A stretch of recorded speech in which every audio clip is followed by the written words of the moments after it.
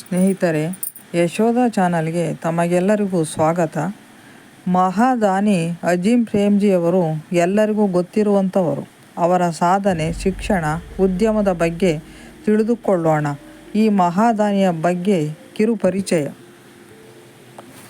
ಸಂಪತ್ತಿನ ದೊಡ್ಡ ಸವಲತ್ತು ಹೊಂದಿರುವ ನಮ್ಮಂಥವರು ಅಂತಹ ಸವಲತ್ತನ್ನೇ ಹೊಂದಿಲ್ಲದ ಲಕ್ಷಾಂತರ ಜನರ ಒಳಿತಿಗಾಗಿ ದೊಡ್ಡ ಪ್ರಮಾಣದಲ್ಲಿ ಧನ ವಿನಿಯೋಗ ಮಾಡಬೇಕೆಂಬ ವಿಷಯದಲ್ಲಿ ನನಗೆ ಬಲವಾದ ನಂಬಿಕೆ ಇದೆ ಎಂದೆನ್ನುವ ಅಜೀಂ ಪ್ರೇಮ್ಜಿ ತಮ್ಮ ಸಂಪತ್ತಿನ ಬಹುಪಾಲನ್ನು ಜನ ಕಲ್ಯಾಣಕ್ಕಾಗಿ ಮೀಸಲಿಟ್ಟವರು.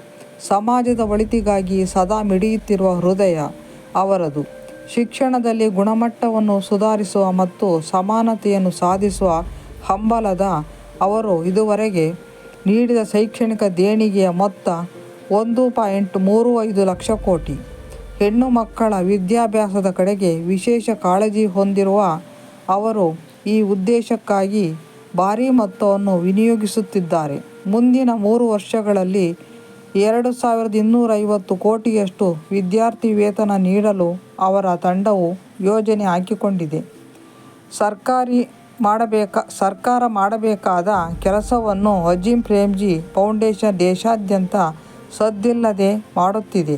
ಮಕ್ಕಳಲ್ಲಿ ಪೌಷ್ಟಿಕತೆ ಕೊರತೆ ಇರುವುದು ಎದ್ದು ಕಂಡಾಗ ಇದೇ ಫೌಂಡೇಶನ್ ವತಿಯಿಂದ ಶಾಲೆಗಳಲ್ಲಿ ಮೊಟ್ಟೆ ವಿತರಿಸುವ ಯೋಜನೆಯನ್ನು ಜಾರಿಗೆ ತರಲಾಗಿತ್ತು. ಈಗಲೂ ಆ ಯೋಜನೆ ಚಾಲ್ತಿಯಲ್ಲಿದೆ. ಜಗತ್ತಿನ ಬಹುದೊಡ್ಡ ದಾನಿಗಳಲ್ಲಿ ಅಜೀಂ ಪ್ರೇಮ್ಜಿಯವರು ಒಬ್ಬರಾಗಿದ್ದಾರೆ. ಗಳಿಸಿದ ಸಂಪತ್ತನ್ನು ಸಮಾಜದ ಒಳಿತಿಗಾಗಿ ಹೀಗೆ ನಿರ್ಮೋಹದಿಂದ ಖರ್ಚು ಮಾಡುವುದು ಅಷ್ಟು ಸುಲಭದ ಕೆಲಸವಲ್ಲ. ಹೀಗಾಗಿಯೇ ಅವರನ್ನು ಉದ್ಯಮಿ ಎಂಬ ಸಂಕುಚಿತ ಚೌಕಟ್ಟಿನಲ್ಲಿ ಇಟ್ಟು ನೋಡಲಾಗದು. ಏಕೆಂದರೆ ಉದ್ಯಮಿಗೆ ಸದಾ ಲಾಭದ ಚಿಂತೆ. ಆದರೆ ಈ ಹೃದಯವಂತನಿಗೆ ತಾನು ಗಳಿಸಿದ್ದನ್ನು ಜನರಿಗಾಗಿ ಖರ್ಚು ಮಾಡುವ ಮೇದು. ಟೈಮ್ ನಿಯತಕಾಲಿಕವು ಮೊನ್ನೆಯಷ್ಟೇ ಬಿಡುಗಡೆ ಮಾಡಿದ ವಿಶ್ವದ 100 ದಾನಿಗಳ ಪಟ್ಟಿಯಲ್ಲಿ ಕನ್ನಡದ ಈ ಲೋಕೋಪಕಾರಿಯ ಹೆಸರೂ ಇದೆ. ಅಜೀಂ ಪ್ರೇಮ್ಜಿ ಅವರಲ್ಲಿ ದಾನದ ಮನೋಭಾವ ಬೆಳೆದಿದ್ದು ಈಗಿನ ಬಾಳ ಸಂಧ್ಯಾ ಕಾಲದಲ್ಲಿ ಏನಲ್ಲ. ಅವರು ಸಮಾಜ ಸೇವೆಗಾಗಿ ಫೌಂಡೇಶನ್ ಆರಂಭಿಸಿದ್ದು 2001 ಹಿಂದೆಯೇ.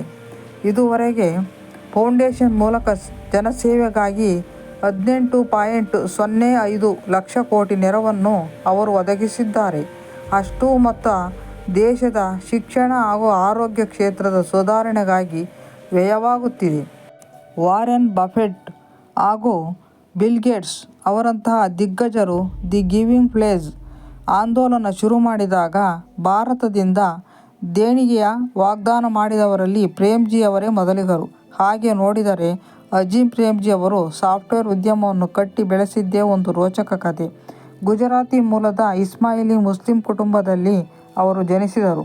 1945 ಜುಲೈ 24 ಮುಂಬೈನಲ್ಲಿ. ಅವರ ತಂದೆ ಮಹಮ್ಮದ್ ಹಾಸಿಂ ಅವರು ಮುಂಬೈ ಪ್ರಾಂತ್ಯದಲ್ಲಿ ಬರ್ಮಾದ ಅಕ್ಕಿರಾಜ ಎಂದೇ ಖ್ಯಾತರಾಗಿದ್ದ ದೊಡ್ಡ ಉದ್ಯಮಿಯಾಗಿದ್ದರು.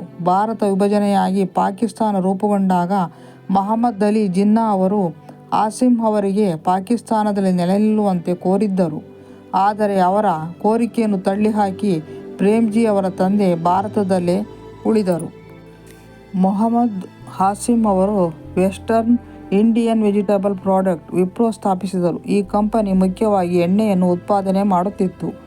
ಎಣ್ಣೆ ತೆಗೆಯುವುದರ ಜೊತೆಗೆ ಅದರ ಉಪ ಉತ್ಪನ್ನವಾಗಿ 787 ಹೆಸರಿನ ಬಟ್ಟೆ ಸೋಪನ್ನು ತಯಾರಿಸುತ್ತಿತ್ತು. ಸ್ಟ್ಯಾನ್ಫೋರ್ಡ್ ವಿಶ್ವವಿದ್ಯಾಲಯದಿಂದ ಇಂಜಿನಿಯರಿಂಗ್ ಪದವಿ ಪಡೆದು ಬಂದ ಪ್ರೇಮ್ಜಿ ಅವರು ತಂದೆಯ ನಿಧನದ ಬಳಿಕ 21ರ ಹರೆಯದಲ್ಲೇ ಕಂಪನಿಯ ನೇತೃತ್ವವನ್ನು ವಹಿಸಿಕೊಂಡರು. ವಿಪ್ರೋ ಬ್ರ್ಯಾಂಡ್ನಡಿ ನೂರಾರು ಉತ್ಪನ್ನಗಳನ್ನು ಮಾರುಕಟ್ಟೆಗೆ ಬಿಡುಗಡೆ ಮಾಡಿದ ಅವರು 1980ರ ದಶಕದಲ್ಲಿ ಮಾಹಿತಿ ತಂತ್ರಜ್ಞಾನ ಕ್ಷೇತ್ರಕ್ಕೆ ಧುಮುಕಿದರು. ನಂತರದ ದಿನಗಳಲ್ಲಿ ಸೋಪ್ನಿಂದ ಸಾಫ್ಟ್ವೇರ್ ಕಡೆಗೆ ತಮ್ಮ ಗಮನವನ್ನು ಕೇಂದ್ರೀಕರಿಸಿದರು. ದೊಡ್ಡ ಐಟಿ ಸಾಮ್ರಾಜ್ಯವನ್ನೇ ಕಟ್ಟಿದರು.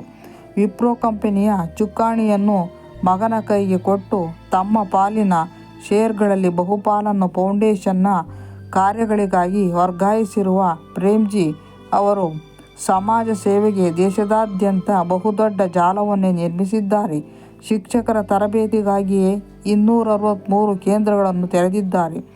480 ಮಕ್ಕಳ ಆರೈಕೆ ಕೇಂದ್ರಗಳ ಸ್ಥಾಪನೆಗೂ ಕಾರಣರಾಗಿದ್ದಾರೆ. ಟೈಮ್ ನಿಯತಕಾಲಿಕ ಸಿದ್ಧಪಡಿಸಿದ 100 ಪ್ರಭಾವಿಗಳ ಪಟ್ಟಿಯಲ್ಲಿ 2 ಸಲ ಸ್ಥಾನ ಪಡೆದವರು ಅವರು. ಪದ್ಮವಿಭೂಷಣ ಪುರಸ್ಕಾರಕ್ಕೂ ಭಾಜನರಾದವರು. ಎಲ್ಲಕ್ಕಿಂತ ಹೆಚ್ಚೆಂದರೆ ಅವರೀಗ ಪಕ್ಕಾ ಕನ್ನಡಿಗರು. ಬೆಂಗಳೂರಿನಲ್ಲಿಯೇ ನೆಲೆ ನಿಂತವರು. ಫೌಂಡೇಶನ್ನ ಕೇಂದ್ರ ಕಚೇರಿ ಸಹ ಬೆಂಗಳೂರಿನಲ್ಲಿಯೇ ಇದೆ. ಅಜೀಂ ಪ್ರೇಮ್ಜಿ ವಿಶ್ವವಿದ್ಯಾಲಯವನ್ನು ಇಲ್ಲಿಯೇ ತೆರೆದಿದ್ದಾರೆ. ಈ ಹೆಮ್ಮೆಯ ಕನ್ನಡಿಗ ತಮ್ಮ ಕೊಡುಗೆಗಳ ಮೂಲಕ ವಿಶ್ವಮಾನವರಾಗಿದ್ದಾರೆ. ಧನ್ಯವಾದಗಳು. ನನ್ನ ಚಾನಲ್ಗೆ ಸಬ್ಸ್ಕ್ರೈಬ್ ಮಾಡಿ, ಶೇರ್ ಮಾಡಿ, ಲೈಕ್ ಮಾಡಿ. ಧನ್ಯವಾದಗಳು.